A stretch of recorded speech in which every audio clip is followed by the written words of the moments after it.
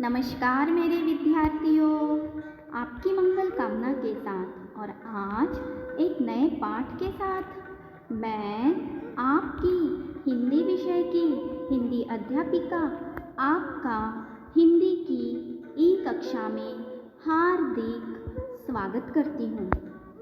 विद्यार्थियों, आज हम कक्षा 6वीं में विषय हिंदी में पाठ्य पुस्तक ज्ञान सागर से एक नया पाठ अध्ययन करने वाले हैं। परंतु इसके पूर्व मैं आपसे कुछ पूछना चाहती हूँ। डरो नहीं, बहुत आसान सा पूछूंगी। आपने अपने जीवन में छोटी या बड़ी कोई ना कोई यात्रा तो अवश्य की होगी। हाँ, उस यात्रा का अनुभव या उस यात्रा की जो बातें आप किसी और के सामने बताते होंगे। हाँ, आपकी कोई यात्रा सुखद भी अवश्य होगी जिसे आप अभी तक नहीं भूल पाए हो। ऐसी ही एक यात्रा का आज हम एक अध्ययन करने वाले हैं। कुछ यात्राएं हमारे जीवन में ऐसी होती हैं कि जिसे हम भूल नहीं सकते हैं। तो आज जिस यात्रा का अध्ययन करेंगे उस पाठ का नाम है एक रोमांचक यात्रा। हाँ, तो आइए पाठ की ओर चलते हैं। पाठ 14, एक रोमांचक यात्रा।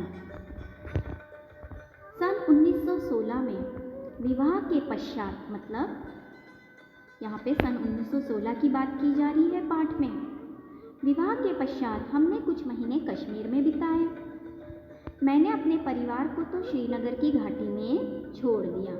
पंडित जवाहरलाल नेहरू जी अपनी एक यात्रा का वर्णन इस पाठ में कर रहे हैं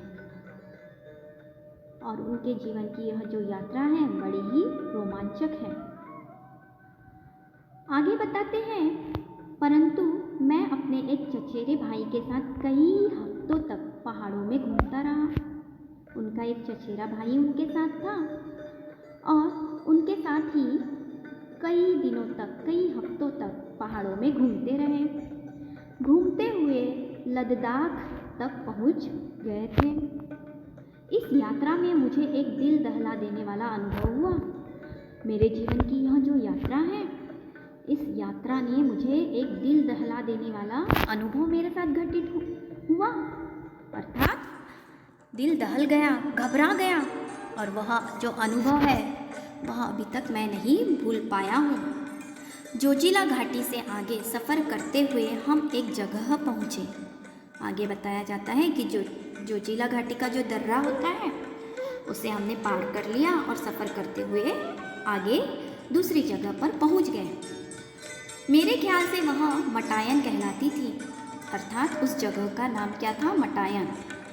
हमसे कहा गया था कि अमरनाथ की गुफा यहाँ से सिर्फ 8 मील दूर है।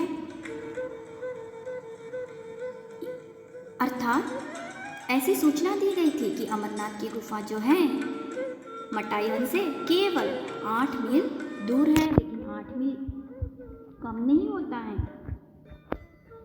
यह ठीक था कि बीच में हिम से ढका हुआ एक पहाड़ पड़ता था। आगे बताया जाता है, हिम का अर्थ होगा बर्फ। अर्थात आगे के रास्ते का वर्णन करते हुए बताते हैं कि बीच में एक बर्फ का ढका हुआ एक बड़ा सा पहाड़ था जिसे हमें पार करना था। लेकिन उससे क्या, 8 मील होते ही क्या है। प्यारे बच्चों, एक रोमांचक यात्रा इस पाठ का प्रथम भाग में यही समाप्त करती हूँ। अब जल्दी से अपनी कॉपी और पेन लेकर आइए। हाँ, बिल्कुल सही पहचाना, गृहपाठ। पाठ से आपको शब्दार्थ, अनुस्वार, अनुनासिक और नुक्ता लिखना है और साथ ही में आपको पहले प्रश्न का उत्तर भी लिखना है। पहाड़ों पर घूमते हुए नेहरू जी किसके साथ कहाँ तक पहुँच गए? पहाड़ों पर घूमते हुए नेहरू जी अपने चचेरे भाई के साथ कहाँ तक पहुँच गए थे? मटायन तक। मुझे आशा है कि आप इस प्रश्न का उत्तर अवश्य लिखेंगे। अच्छा, तो मैं आपसे फिर इसके दूसरे भाग के साथ पुनः मिलने आती हूँ। धन्यवाद।